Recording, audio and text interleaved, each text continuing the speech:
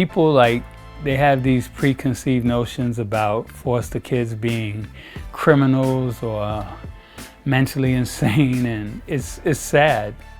Not all people, but a lot of people feel like, oh, I don't know how you do it. And I'm like, what are you talking about? These are kids. I never look at them in any other way until they move out on their own. And then they're still my kids. And most of them need to be somebody's kid. And that's what helps them to grow.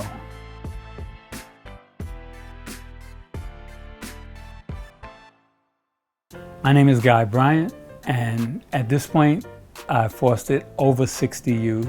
But prior to that, I worked in group homes as a house parent, where I've been doing that for the last 30 years. So I've fostered many kids.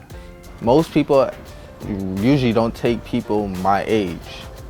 You feel me? Because they like babies and little kids more than because they feel like they could do more with them. I came to live with a guy, and he basically embraced me and actually talked to me about the situation that was going on, and actually gave me a few options that was attainable. If I have any type of questions about life, or let's say for credit cards or credit and stuff like that, if I need I don't know nothing about that, I could go to him and ask him, because he's been there, done that. He's 60 years old, so I could go to him for almost anything. I take in teenagers because they're at the point you're about to age out of foster care.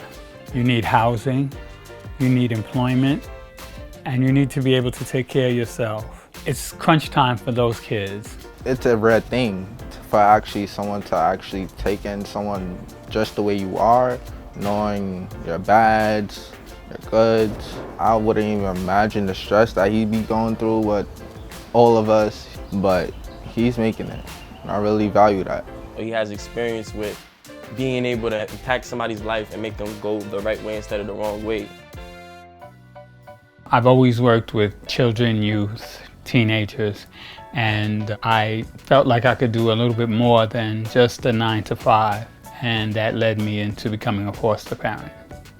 The first youth I took in, he was on my caseload, and the center that he came from had closed down. And I felt like his behaviors weren't so out of control and he needed a chance.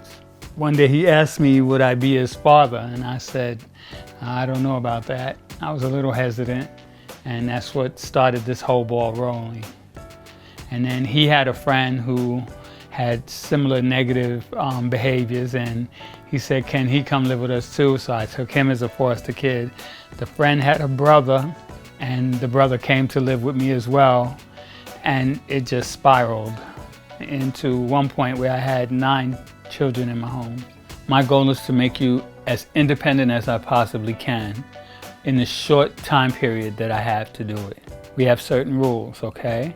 You have to be employable. You have to be able to obtain employment if you're not in school, and you have to be able to keep employment. So my pitch is to get them working and saving money. I've been pretty successful. I had kids who have left me with $10,000 in the bank, which is pretty good coming out of foster care. It's either the restaurant job or the child care job. I prefer you get the child care job. Yeah, I'd rather do that. You have the compassion to deal with kids, definitely. Yeah. So I'm hoping the best for you. Thank you so much. Yeah, definitely. Yeah, that'll be a nice, that's nice. Yeah. I'm big on keys. You can't feel like you're home if you don't have keys. And these are grown men. I'm not gonna sit up and wait for you to come in so I can unlock the door. I have to go to work the next day. So therefore, everybody has to have keys. I've never had anybody rob us or anything. People have these preconceived notions about foster care and kids, and I've never had any of those situations. Just to be trusted like that, that really is something. It's a big trust thing that I got from him giving keys to me and being able to, okay, this is my home too. A home that I can finally be comfortable, you know? Hey, Pops, what's on the menu for tonight? Boneless leg of lamb, rice, something new, and mixed vegetables. And there's also some potatoes around the lamb. Food is love, that's how he is. So the way he cooks is it's all out of love. So the macaroni is to die for. The Thanksgivings and Christmas dinners and all that type of stuff, it'd just be perfect. Foster kids are not much different than your own kids. They're kids.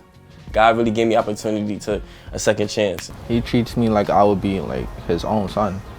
This is the guy that really helped me put me back on my feet when I thought nobody was there and I was backed against the corner. Being a foster parent for me has been one of the most rewarding experiences in my life. It has helped me to develop as a person as far as being more compassionate and understanding of people and their issues. We often underestimate our abilities to guide somebody through life.